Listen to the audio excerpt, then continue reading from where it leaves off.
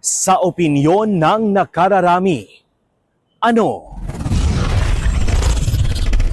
Sa bawat sulok ng ating bansa, iba't ibang hamon ang kinakaharap ng ating mga kababayan mula sa kahirapan, kalusugan, edukasyon hanggang sa seguridad. Ngayon, habang papalapit na ang State of the Nation Address ni Pangulong Ferdinand Marcos Jr., narito tayo upang ibalita ang mga tanong at hinaing mula sa mga komunidad na nais niyang marinig. Isang pagkakataon upang mas mapalapit ang Pangulo sa taong bayan at masiguro na ang kanyang mga plano ay tunay na nakatugon sa pangangailangan ng bawat Pilipino. Ito ang kwento ng mga isyong nais iparating ng masa sa kanilang lider.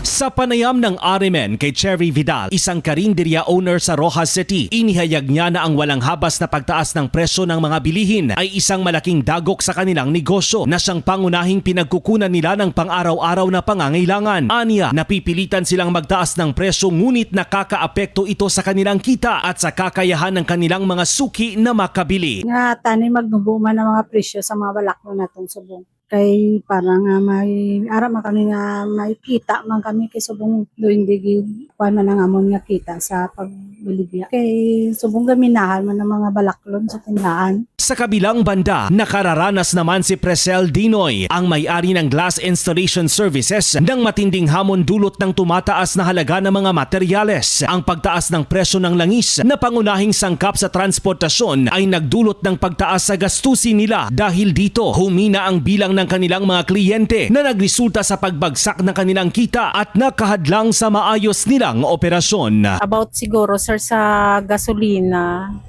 kay medyo masyado nagikataas kung tani iya mapangitaan sa pagi kung paano makontrol nga mapanubo para mabawasan mambala nga mga gastoson napiktuhan gid kay gamay na lang ang nagapa-install kay medyo mataas na ang mga materials nga ginapaobra bala mabugat gid para sa amon nga mga may gamay nga negosyo kag may ara pa aming ginapa-eskwela nga mga estudyante. So mahal man ang ila mga ginagamit sa eskwelahan, ang mga pamiliti.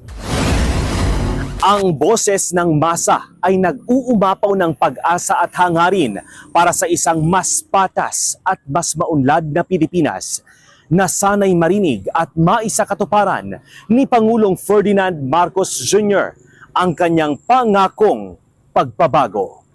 Para sa Sona ng Pangulo, ang ika-5 yugto special coverage mula rito sa RMN, DYVR at IFM Rojas. Ako si Idol Joshua Kenneth Anas, Tatak RMN!